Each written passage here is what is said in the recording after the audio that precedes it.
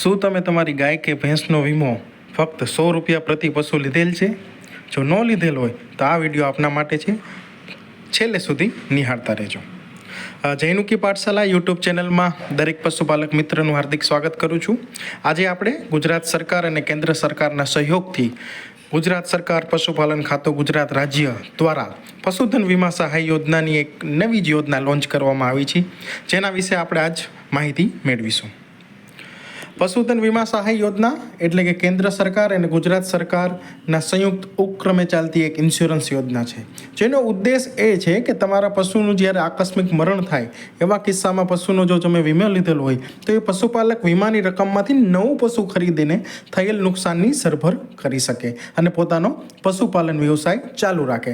આ રીતે પશુધન વીમા સહાય યોજનાથી પશુપાલકને થતું આર્થિક નુકસાન અટકાવી શકાય.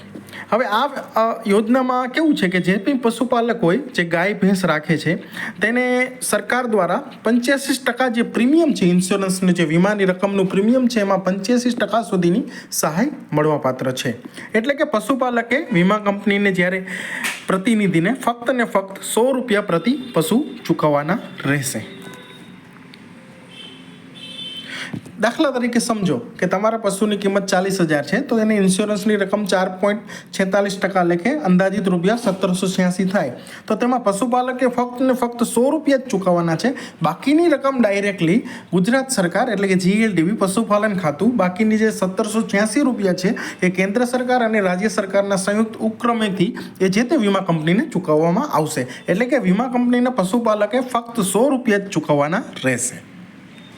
હવે આ યોજનાનો કોને લાભ મળે? જનરલી આ યોજના પ્રથમ તબક્કો છે, સૌ પ્રથમ ગુજરાતની અંદર લોન્ચ કરવામાં આવી છે. એટલે સૌ પ્રથમવાર સૌરાષ્ટ્રના જે 12 જિલ્લા છે, સૌરાષ્ટ્ર અને કચ્છ વિસ્તારના, દાખલા તરીકે અમરેલી, ભાવનગર, બોટાદ, દેવભૂમિ દ્વારકા, ગીર સોમનાથ, જામનગર, જુનાગઢ, કચ્છ, મોરબી, પોરબંદર, રાજકોટ અને સુરેન્દ્રનગર વિસ્તારમાં આ યોજના સૌપ્રથમ લાગુ કરવામાં આવી છે. આ યોજનામાં તમારે જે તે પશુપાલક હોય એટલે કે એક લાભાર્થી દીઠ વધુમાં વધુ 3 પશુઓને આનો લાભ મળવા પાત્ર છે. એક લાભાર્થી એક પશુપાલક એટલે કે એક રેશન કાર્ડ ઉપર વધુમાં વધુ 3 પશુઓને આ યોજનાનો લાભ મળે. અને બીજું કે આ પશુઓ જે છે 1 થી 3 વેતરની ઉંમરના હોવા જોઈએ. તમારા ગાય કે ભેંસના વર્ગના પશુઓના 1 થી 3 વેતરના હોય અને વધુમાં વધુ 3 પશુઓને આ સબસિડીનો લાભ મળવા પાત્ર છે. હવે આ લાભ કેવી રીતે મળે? આ લાભ માટે સૌપ્રથમ તમારે આઈ ખેડૂત પોર્ટલ ઉપર, જે આપણે દર વખતે જે બી યોજના છે સરકારની પશુપાલનની કે ખેતીવાડીની, જે આઈ ખેડૂત પોર્ટલ ઉપર આપણે અરજી કરી છે, તેવી જ રીતે આમાં આઈ ખેડૂત પોર્ટલ ઉપર પશુપાલનની યોજના છે, જેમાં યોજનામાં આ રીતેનું જે જ્યારે ઓનલાઈન ખોલશો ત્યારે આ રીતે ખુલે ને જે અરજી કરો લખ્યું છે ત્યાં તમારે ક્લિક કરવાનું રહેશે. અને ત્યારબાદ જ્યારે તમારું ફોર્મ ભરાઈ જાય, જેમાં રેશન કાર્ડ, આધાર કાર્ડની વિગત નાખવાની રહેશે. અને એ વિગત નાખીને જ્યારે તમે ફોર્મ તમારું સબમિટ થઈ જાય એટલે ફોર્મની પ્રિન્ટ આઉટ નીકળશે. અને પ્રિન્ટમાં જ્યાં જ્યાં સહી લખી છે ત્યાં સહી કરવાની, અને એમાં નીચે બિડાણ હશે કે તમારે કયા કયા ડોક્યુમેન્ટ જોડવાના. એ ડોક્યુમેન્ટ જોડીને એમાં લખેલું હશે કે તમારે કયું તો પશુ દવાખાને સબમિટ કરવાના. એ પશુ દવાખાને જઈને તમે સબમિટ કરી શકો છો. અથવા તમારે એ ડોક્યુમેન્ટ ઓનલાઈન અપલોડ કરવા હોય તો આ ફોર્મની પ્રિન્ટ કાઢીને જ્યાં જ્યાં સહીની જરૂર છે ત્યાં તેમજ તમારા જે જરૂરી દસ્તાવેજો છે ત્યાં તમારે સેલ્ફ એટેસ્ટેડ એટલે કે સ્વપ્રમાણિત કરીને આને તમે અપલોડ પણ ઓનલાઈન કરી શકો છો. જેથી તમારે કદાચ દવાખાને ના જઈ શકો તો તમે ઓનલાઈન પણ અપલોડ કરી શકો છો. પણ ઓનલાઈન અપલોડમાં તમારે જરૂરી દરેક દસ્તાવેજો ફોર્મની પ્રિન્ટ સાથે તમારે અપલોડ કરવાના રહેશે અને દરેક ડોક્યુમેન્ટને સપ્રમાણિત કરવાના રહેશે. ત્યારબાદ જ્યારે તમને આ અરજી પ્રક્રિયા પૂરી થાય અને તમારું નામ આવે, આ અરજદાર તરીકેની તમારી જ્યારે પસંદ થાય, તો ત્યારે વીમા કંપની જે તે હશે, જે તે સરકાર નિયુક્ત કરશે, એનો વીમાનો પ્રતિનિધિ તમારી પાસે આવશે અને તમારા મતલબ એનિમલનું વેરિફિકેશન કરીને તમારી પાસે જે 100 રૂપિયા રકમ લેવામાં આવશે, તમને એની પહોંચ આપવામાં આવશે અને તમને પોલિસી આપવામાં આવશે. ત્યારબાદ બાકીની રકમ જે છે એ ગુજરાત સરકાર ડાયરેક્ટ વીમા કંપનીને આપી દેશે. આવી રીતે અરજીમાં તમારે ક્લિક કરીને અરજી ફોર્મનું પ્રિન્ટ નીકળવામાં આવશે.